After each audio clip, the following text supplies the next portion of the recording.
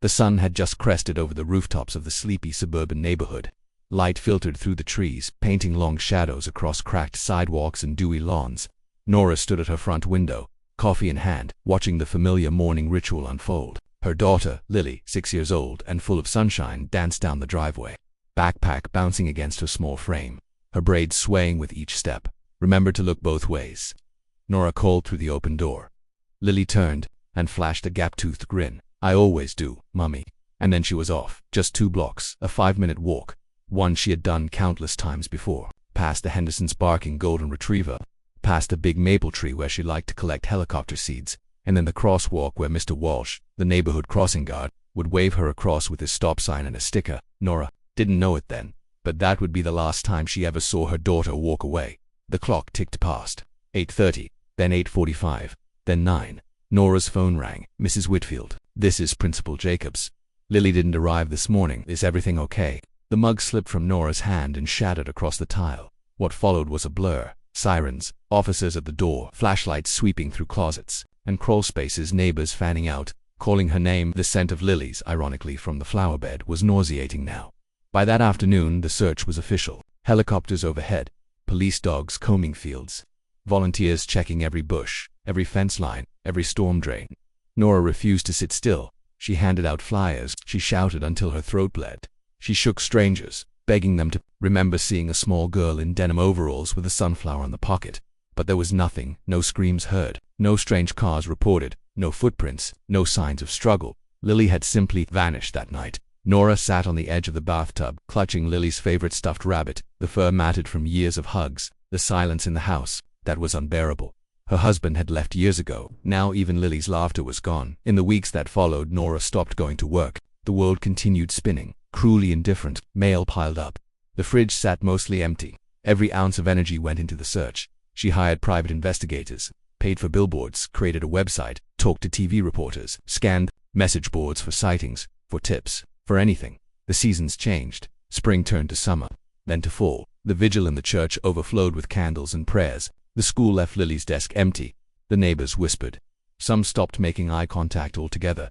Still, Nora refused to give up. Every month, she updated the age progression photos, shared them online, printed new flyers. Her kitchen became command central, maps pinned to walls, photos taped to cupboards, timelines sprawled across the table. But hope is a fragile thing, and grief eats at the edges of memory until you're not sure if you're holding on to truth or fantasy. It was nearly a year in when the truth was whispered, quietly but firmly, by a former detective turned private investigator.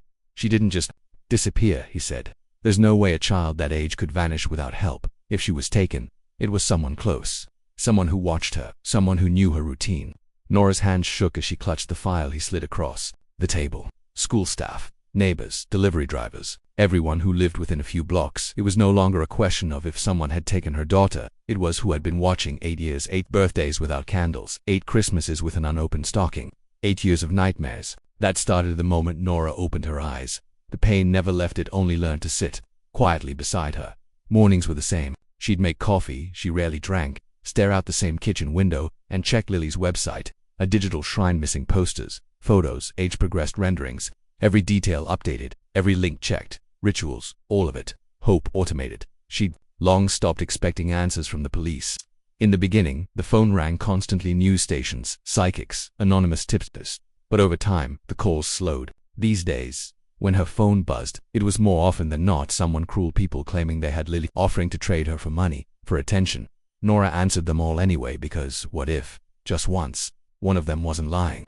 Today was like that. Until at WASN single quotes T. She was sorting bills, stacking electric, water, more debt when her phone vibrated on the table. Unknown local number. Her stomach tightened. She answered. Double quotes. "Mrs. Whitfield, this is Detective Martinez with the county sheriff's department." The name didn't register immediately, but the tone did. Professional but hesitant. "I need to speak with you about your daughter's case." Nora's breath caught. She gripped the phone tighter. "Have you found something?" Pause. Papers rustled in the background. "I'd rather discuss this in person, but given the circumstances, electricians working on an abandoned property discovered some items we believe may belong to your daughter." Silence. The room tilted. Her hand knocked over the salt shaker, glass shattering across the floor. She didn't flinch. Where she whispered. "What did they find?" "The property is on Willow Creek Road, about 15 miles outside of town." The house was scheduled for demolition. The crew accessed the crawlspace, and that's where they discovered clothing and personal items. Items that matched the description of what Lily was wearing when she disappeared. Nora was already standing, already moving. "I'm heading there. Now, Mrs. Whitfield, I need to prepare you," he said, gently. "What we found, it's disturbing," the scene suggests. "I'm coming." She hung up before he could finish. Keys, purse out the door. The drive should have taken 30 minutes, but it felt endless. She passed the school, the church where they'd held prayer vigils, the old water tower that Lily used to wave at from the back seat. Then came unfamiliar roads, farmland, forest. The GPS counted down. Willow Creek Road wasn't even paved. It was a dirt track barely wide enough for one car, swallowed by trees. And then, flashing lights.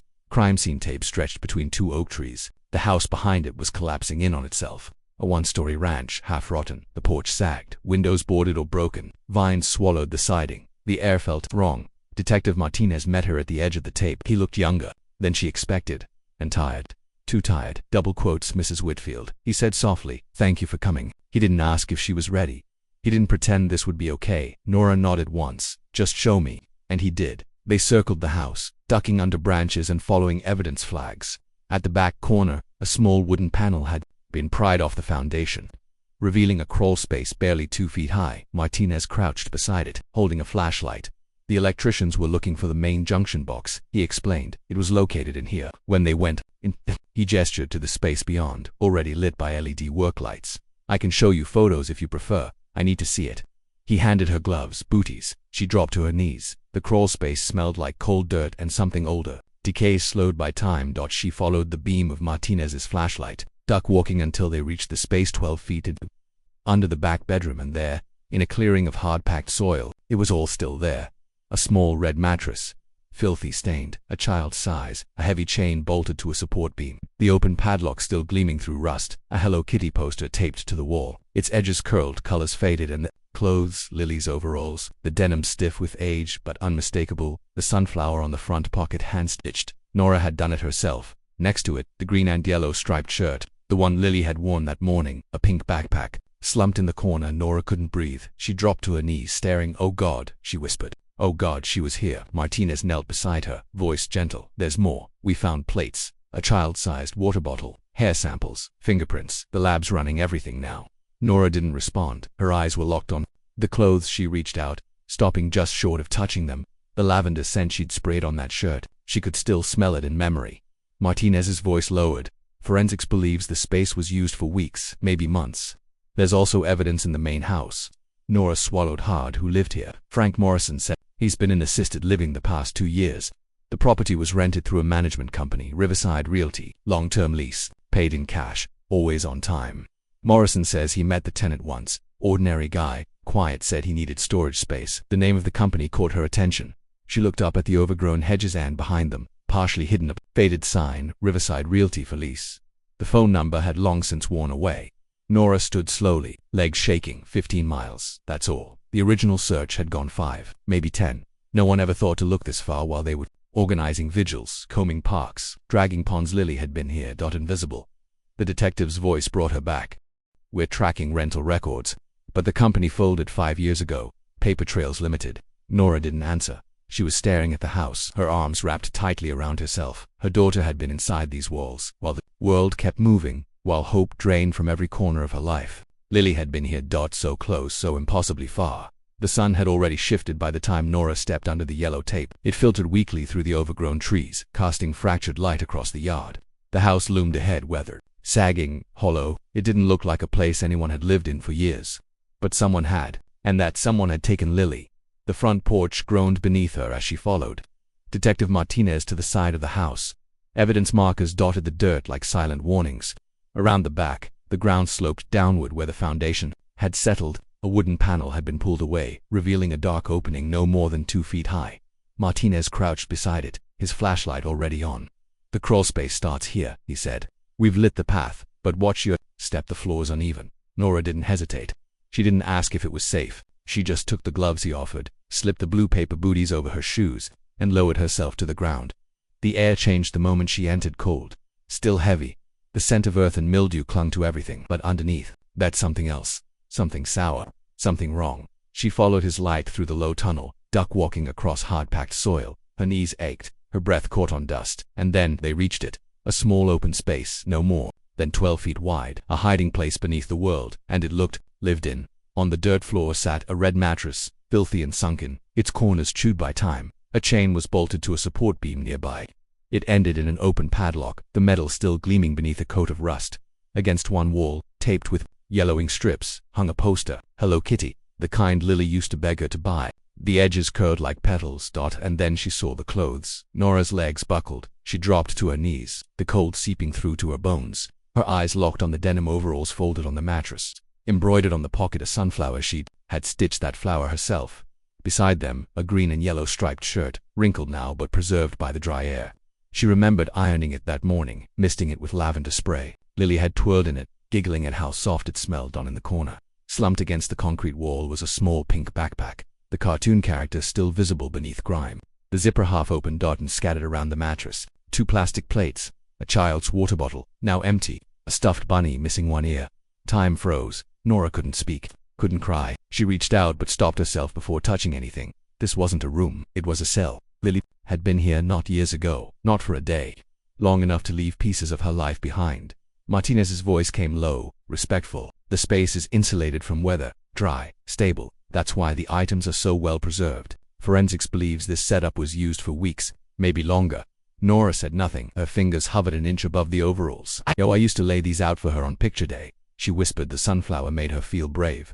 She leaned forward, forehead brushing against her gloved hands, as the weight of it crashed down. All the while they were searching the rivers, the woods, the alleys. Lily had been underneath someone's floorboards. Martinez crouched beside her. We found partial fingerprints on the bottle, hair strands on the pillow. They're being processed now. If she was here, we'll know. Nora forced herself upright. Her body shook. Where's the junction box? She asked, voice brittle. He pointed to the back wall. That's what the electricians came to check. The panels rusted over, but they had to open it to confirm the line before demolition. That's when they saw the plates. Nora swallowed hard. How far was this from the original search radius? 15 miles. The outer limit was 10. Her hands balled into fists. We never had a chance, she said. She was always just beyond the line.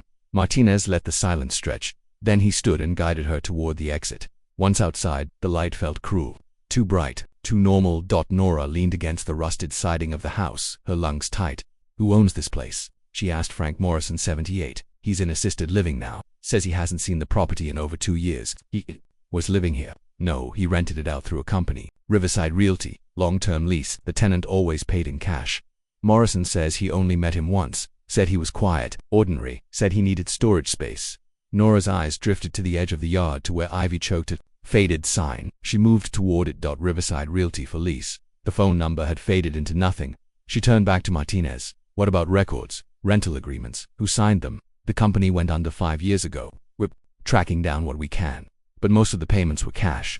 No bank trail, and the payments. Her voice was sharper now, her grief carving into anger. Martinez hesitated. That's the thing. They stopped.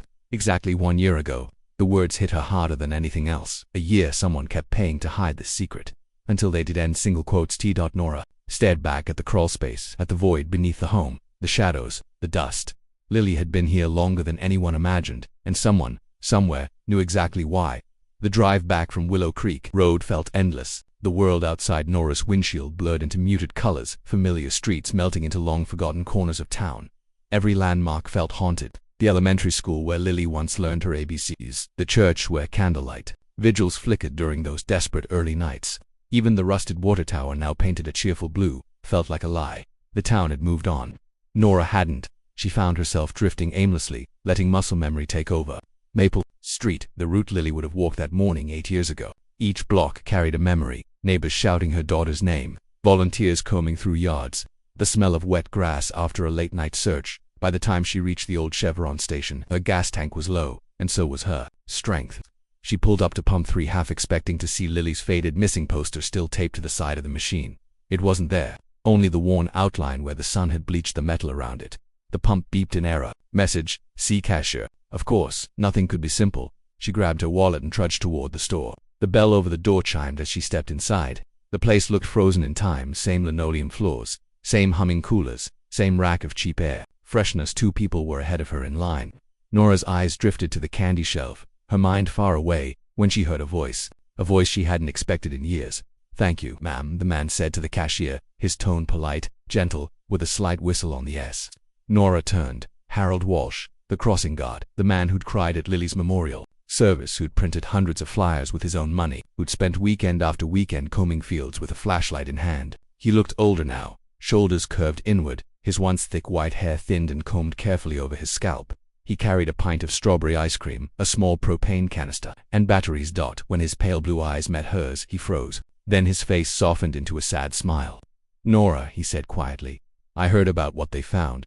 I'm so sorry." Her throat tightened. "Harold, I didn't know you were still in town." He nodded toward the parking lot. "Mostly on the road these days, doing some traveling with my niece. She's a good kid, keeps me young." Nora followed his gaze and spotted it, a weather-beaten Winnebago parked near the far pump. Through the open door, she could see movement inside. A girl, maybe 13 or 14, sitting at a small table. Blonde hair tied back in a loose ponytail. Her head bent over something, a sketchbook, maybe, as she absent-mindedly licked a spoon. "That's wonderful of you," Nora said, trying to smile after everything. "I'm glad you're not alone." Harold's expression shifted, a flicker of discomfort. Nora hesitated, curiosity tightening in her chest. "I'd love to meet her." Something in Harold's posture changed. His shoulders stiffened, his hand tightening around the bag of groceries. "She's shy," he said quickly. "Not good with strangers." "It's okay. I just thought." "Sarah, get away from the door." His voice, sudden and sharp, cut through the store. Nora blinked. Through the RV's open door. The girl looked up confused. For a second Nora saw her face clearly. The freckles, a perfect triangle on the bridge of her nose, with two smaller ones beneath it. Not random. Not like other kids' freckles, the same constellation Nora had kissed every night for 6 years. Harold, wait, but he was already moving. His calm, gentle demeanor was gone. He hurried across the parking lot, blocking Nora's view of the girl. Practically slamming the Winnebago door shut, the engine roared to life. "Harold," Nora shouted, stepping forward. He didn't look back. He drove off so fast the gas hose ripped free, clattering against the pavement as the safety valve snapped shut. Nora stood frozen, heart pounding, staring after the Winnebago as it disappeared around the curve. Her mind raced. 8 years of false sightings had taught her not to trust her own eyes. But that freckle pattern, she would know it anywhere. Could it be? Or was she losing her grip on reality? The sun hadn't even risen when Nora pulled onto the old logging road. Sleep had been a lost cause. All night, she stared at the ceiling. That girl's face burned into her mind. Not her voice, not her hair, just those freckles, that triangle, across her nose, and Harold's reaction, going cold, going fast. It didn't feel like protection, it felt like fear. So at 5:30 a.m. she got in the car and drove. Not to her office, not to therapy. To Pine Creek RV Park. The sign at the entrance was sun-faded and leaning. A gravel path wound through rows of trailers and motorhomes, many of them decades old. She parked near the office, a double-wide trailer, with a flower box hanging crooked under one window. Inside, the manager looked up from a crossword puzzle. "Morning," she said, perky for that hour. Her name tag read Deb Manager. Nora forced a tight smile. "I'm interested in monthly rates. I'm going through a transition." "Oh, honey," Deb nodded, like they were instantly old friends. "Aren't we all?" She handed Nora a pamphlet with faded photos and floral borders, then offered a tour. "You can't get a feel for the place without walking it." So Nora walked, past rows of trailers, past a communal fire pit, past people she didn't know pretending she didn't exist. She didn't care. She was scanning the numbers, the corners, the quiet shadows at the back of the park. Then she saw it. Space 38, the same Winnebago, duct-taped window, blue tops rigged into makeshift privacy screens, a camp table with 2 chairs beneath a sagging awning. Harold had created a small fortress in the woods. Deb pointed toward it, lowering her voice. "That's Harold Walsh. Keeps to himself mostly. Real sweet with his niece. Homeschools her. Says regular schools don't challenge her enough." Nora nodded absently, heart pounding in her chest. Deb peeled off to greet another resident. Nora waited until she was gone, then drifted closer to the RV, quiet, careful, until she found it a gap in the curtains. Just a sliver. She leaned in. Inside, the girl sat at the dinette table, a sketchbook open in front of her, colored pencils scattered across the surface. Her long blonde hair was loose today, falling over one eye as she concentrated. And beside her sat an open container of strawberry ice cream, the same brand Harold had bought at the gas station. Nora held her breath. The girl dipped her spoon in, took a bite, and went back to her drawing. Then, slowly, Nora's eyes dropped to the girl's, armed at first, nothing, but then, it began, a red welt, exactly 2 inches wide, blooming just below the elbow, the skin swelling, angry and raised. The girl scratched it once, absently, then again, harder. Nora's stomach turned to ice. That spot, that reaction, that arm Lily had, a rare form of contact dermatitis, a reaction to strawberries. Not internal. Not like most kids. Just that one patch of skin. Hypersensitive. A single brush from a strawberry spoon was enough to raise welts. Doctors had said it was genetic. Rare. Almost fingerprint-unique. And now it was unfolding in front of her, frame by frame, like a horror film. The girl frowned at her arm, clearly annoyed, and reached for a paper towel. She wiped the area, but it was too late. The rash was already spreading. Nora backed away from the window, her breath coming in gasps. She couldn't feel her hands. She stumbled back to her car. Hands trembling, barely able to get her phone unlocked, she hit the contact for Detective Martinez. He answered on the second ring. Mrs. Whitfield. Nora's voice shook. The allergy, she gasped. The left arm near the elbow. Strawberry ice cream. There was silence. She just had a reaction. Nora said, tears sliding down her cheeks. I watched it happen. Same place, same pattern. It's her. The line was quiet for just a second too long. Then Martinez's voice came low, calm, serious. Where are you? Nora stared at the RV through her windshield, the blue tops fluttering like warning flags. Space 38, she whispered. Pine Creek RV Park. She's here, she said again, this time barely audible. She's really here. Nora sat in her car near the front of the RV park, her fingers white around the steering wheel. She couldn't see Space 38 anymore. Couldn't see the girl. Couldn't see Harold. But every muscle in her body was locked in one thought. Don't let him leave, not now. Not when she's so close. Deb, the manager, gave her a polite wave through the office window. She waved back without thinking, and then flashing lights. Silent. 3 police vehicles rolled in, led by an unmarked sedan. Detective Martinez stepped out, eyes scanning the lot. He moved fast toward Nora's window. Stay here, he said, firmly. We're going to check Space 38. If this is your daughter, we need to handle it carefully. She nodded. She understood. But her body ached to run toward that RV and rip the door open herself.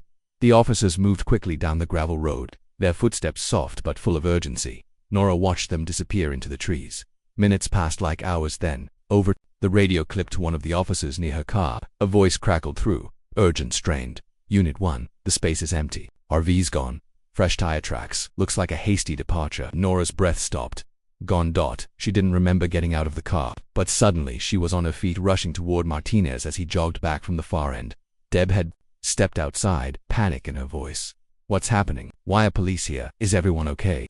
Martinez pulled out his phone and showed her a photo. Harold Walsh. When did you last see him? Deb blinked. Yesterday. He paid his rent. Said he might take his niece camping for her birthday. Said they'd go to a favorite spot somewhere near Cedar Creek. Where exactly? Martinez asked. Forest Service Road 47, up past the old fire tower. 12 miles out. Real isolated. No cell service. He was already barking orders into his radio. All units, converge on Forest Road 47. Roadblocks on all exits. Prepare for intercept. Then he turned to Nora. You need to stay here. She didn't answer. She was already heading back to her car, and no one stopped her. The road twisted through thick pine forest, sunlight slicing through trees like blades. Martinez's car stayed in view ahead, taillights blinking through the dust. Nora gripped the wheel tighter with every mile. 12 miles. 12 miles between her and a little girl who didn't even know she was being rescued. Then the radio cracked again. Winnebago spotted. Clearing ahead. Prepare for approach. The forest opened like a wound. There it was. The RV parked sideways near a tree line. A shallow creek ran just beyond. Smoke still drifted from a dying fire. The officers moved fast, fanning out in formation. Doors opened, weapons drawn, voices sharp but calm. Harold Walsh, Martinez called through a bullhorn. This is Detective Martinez with the county sheriff's department. Exit the vehicle, hands visible. Silence. Then, movement. The door creaked open. Harold stepped out, pale and trembling, a rifle in one hand, the other arm wrapped tightly around the girl's shoulders. Her face was tear-streaked, confused. Mascara smudged down her cheeks. Grandpa, what's happening? She cried. Why are there police? It's okay, Harold whispered, then louder. You don't understand. I saved her. Her parents, they didn't deserve her. Letting a child walk to school alone. I gave her everything. I taught her everything. Harold, Martinez said gently. We just want to talk. Put the weapon down. There's nothing to talk about, Harold screamed. She's my daughter now. You can't take her. I've raised her for 8 years. The rifle shook in his hands. Behind him, the girl whimpered. Nora watched from behind a police vehicle. She couldn't move, could barely breathe. Her daughter or a stranger was 10 feet away and slipping through time like a dream. Then something shifted, a static crackle over a radio. It was tiny, barely audible, but Harold flinched. And in that heartbeat, the girl twisted from his grip and ran. She ran like something inside her finally broke free. Ponytail flying, shoes slipping on gravel, eyes wild. Lily, Nora screamed, stepping forward, before anyone could stop her. The girl barreled into the arms of an officer, then stumbled back, eyes locking on Nora. And then everything froze. My name is Sarah, she cried, her voice raw. My parents are dead. Who are you? Why is everyone lying? Nora stepped closer. Lily, sweetheart. The girl backed away, wrapping her arms around herself. My mum is dead. Grandpa told me everything. You're lying. Behind her, Harold had collapsed to the ground, restrained, and sobbing into the dirt. But Nora couldn't hear him anymore. She couldn't hear anything because in front of her stood her daughter, her own flesh and blood, looking at her like a stranger, crying for the only family she remembered and screaming for a man who had stolen her name, stolen her life. The walls of the pediatric wing were painted in soft pastels. Smiling cartoon animals danced across the wallpaper, pretending this was a place for healing, but Nora knew better. Behind the closed door of room 212, a storm was raging. I want to see my grandpa, the girl screamed, her voice cracked with desperation. You can't keep me here. He needs his medication, he's diabetic. She thrashed against the bed rails as two nurses tried to calm her, their eyes flicking helplessly to Nora standing frozen in the doorway. The girl, Sarah, had torn out her for 20 minutes ago. Blood speckled the sheets, the floor, her pale arm. Nora hadn't spoken since she'd arrived. She couldn't. The moment she'd entered the room, the girl had screamed like she was staring at a ghost. Who are you? Why are you lying to me? Italy. Wasn't recognition, it was fear.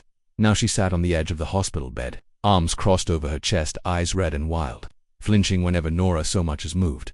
My name is Sarah Walsh, she said again, voice shaking. My mom and dad died in a car accident. Grandpa showed me the articles. I remember the funeral. He's all I've ever had. The nurse gently placed a hand on Nora's shoulder. She needs time, she whispered. This is going to take time. Nora just nodded, her eyes never leaving the girl. The way she pulled the blanket up to her chin, the way she curled her legs like a child trying to make herself small. This was her daughter, but she didn't know her anymore. 20 feet away, in a steel interrogation room, Harold Walsh sat cuffed to a bolted-down chair, staring at his hands. Detective Martinez leaned forward across the table, his voice even. Start from the beginning. Harold didn't speak for a long time, just blinked, just breathed that then, quietly, almost reverently. My wife died 30 years ago, pregnant with our first. Cancer took them both. He swallowed hard. I spent decades alone. Then I got the job as a crossing guard. I watched kids grow up. Some of them they were ignored. Walked alone, no one looked twice. He paused, his eyes distant. And then I saw Lily. Every morning, just 6 years old, walking all by herself. No one holding her hand. No one making sure she got there. Martinez's tone hardened. So you took her? Harold shook his head slowly. I rescued her. That morning I called in sick. I waited down the block, told her there'd been an emergency. Said her mom sent me and she believed you. She trusted me. She was scared at first, sure, but I was kind. I made her feel safe. She cried for days, wouldn't eat. I gave her time. Martinez's jaw tightened, and when she asked for her parents, I showed her the articles. I made them myself. Had to get the details right, dates, headlines, funeral notices. Told her trauma makes kids forget things, that her brain was protecting her. She believed me eventually, and when she didn't, Harold's expression didn't change. Time out just for a day or two. The crawlspace was dry, cool. I brought her books, her poster, her favorite food. You chained her. I had to. She tried to run, but eventually she stopped fighting. She called me Grandpa. She hugged me goodnight. He looked up, eyes glistening. She loved me. Back at the hospital, Nora sat in a quiet room with Dr. Moreno, a trauma psychologist. The walls were soft, the lighting warm, but nothing could soften what she was hearing. Lily's identity has been completely reconstructed, the doctor said. 8 years of conditioning, fabricated memories. This isn't just confusion, it's survival. Nora's hands trembled as she reached for the manila folder in her lap. Inside it, Lily's original medical file. She flipped to the photo. A beach snapshot, age 6, hair wild in the wind. There, clear as ever, the triangle of freckles across her nose. And just below, 2 more in a perfect line. She turned the page. Allergy documentation, strawberry-induced contact dermatitis, left arm, anterior elbow, localized, rare. She pulled out the forensic age-progressed images. Lily at 8, 10, 12, 14, the same eyes, the same shape of face, and always those freckles. She closed the folder, clutching it to her chest. It was her, it had always been her, but now, she wasn't sure that Lily would ever believe it. The pediatric ward was silent, a hush hung in the air like a secret. Monitors blinked quietly, footsteps softened against waxed floors, and behind a wide pane of glass in room 214 Nora stood, completely still, watching her daughter sleep. The blanket was pulled up to her chest, one arm stretched out limply, an IV snaking from her elbow. Her blonde hair spread across the pillow like a halo. Her mouth twitched now and then, caught in dreams Nora couldn't reach. The girl who now called herself Sarah Walsh, but Nora didn't see Sarah. She saw Lily. Even with the new hair color, even with the extra weight from years of comfort food and isolation, she saw her. The slope of her nose, the curve of her jaw, and those freckles, that constellation across her face like a scar drawn by God himself. A map home. The psychologist had explained it gently, carefully. Her memories have been overwritten. Dr. Moreno had said, she believes what she's been taught, that you're a stranger, that her parents died in a car crash, that Harold is the only family she's ever had. These aren't lies to her. They're her truth. Nora had nodded through it all. She understood, but it didn't stop the ache in her chest every time Lily flinched when she walked into the room, or the way she pulled her knees to her chest when Nora tried to speak. You're not my mom, she'd whispered earlier, her voice barely more than breath. I don't know you. Nora had smiled anyway. Then we'll start from the beginning. There would be hearings, DNA tests, paperwork, months of therapy, the legal battle to undo 8 years of a false identity. But Nora had waited through worse. She could wait through this. Outside the hospital, reporters circled like vultures. Headlines exploded across the internet. Missing girl found alive after 8 years. But they didn't know the quiet heartbreak that followed. The silence after the cameras stopped rolling. The way a mother stood at a glass wall for hours, memorizing the rhythm of her child's breathing. Nora hadn't eaten, had barely slept, but none of that mattered now. Lily was alive. She reached into her purse and pulled out the folder again. The medical records, the photo from the beach, the age progression images, all stacked in perfect order, all saying the same thing. This girl, this defiant, broken, confused girl, was hers. Inside the room, Lily stirred. Nora leaned in instinctively. The girl rolled over, her face turning toward the window. For just a second, her eyes fluttered open, dazed, half aware. They locked on Nora's face through the glass, and something flickered. A shadow of recognition, a half-buried instinct. But then it was gone. She blinked, turned away, and slipped back into sleep. Nora didn't cry. Instead, she pressed her palm against the glass. It was cold, but she kept it there. Her voice was barely audible when she spoke. No matter what name you use, I'm still your mother and I'm not going anywhere. Attic. Crackle over a radio. It was tiny, barely audible, but Harold flinched. And in that heartbeat, the girl twisted from his grip and ran. She ran like something inside her finally broke free. Ponytail flying, shoes slipping on gravel, eyes wild. Lily, Nora screamed, stepping forward, before anyone could stop her. The girl barreled into the arms of an officer, then stumbled back, eyes locking on Nora. And then everything froze. My name is Sarah, she cried, her voice raw. My parents are dead. Who are you? Why is everyone lying?